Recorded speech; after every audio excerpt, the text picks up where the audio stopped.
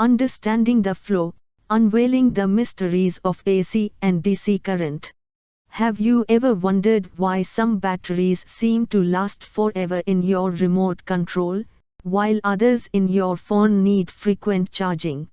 The answer lies in the fundamental difference between two types of electric current: alternating current, AC, and direct current, DC. DC, a steady stream, like water in a pipe. Imagine a highway with traffic flowing consistently in one direction. That's analogous to direct current, DC.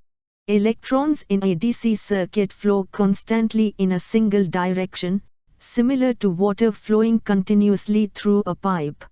This unidirectional flow is what you get from batteries, solar panels, and even certain electronic devices. AC, a two-way street for electrons. Now, picture a highway with traffic constantly switching directions. That's the essence of alternating current, AC. Unlike DC's steady flow, electrons in an AC circuit reverse direction periodically, like the rhythmic back and forth motion of waves in the ocean. This reversal happens at a specific frequency, typically 50 Hz, or 60 Hz depending on your location. AC reigns supreme, the king of power transmission.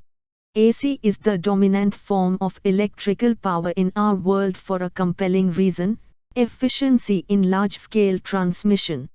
Here is the magic: we can step up the voltage of AC for transmission over long distances with minimal energy loss. This high voltage makes it travel efficiently. Then, at our homes and businesses, transformers step down the voltage to safe and practical levels for our appliances. This efficiency makes AC the undisputed champion of large-scale electricity distribution. In a nutshell, AC versus DC. The core difference between AC and DC boils down to electron movement.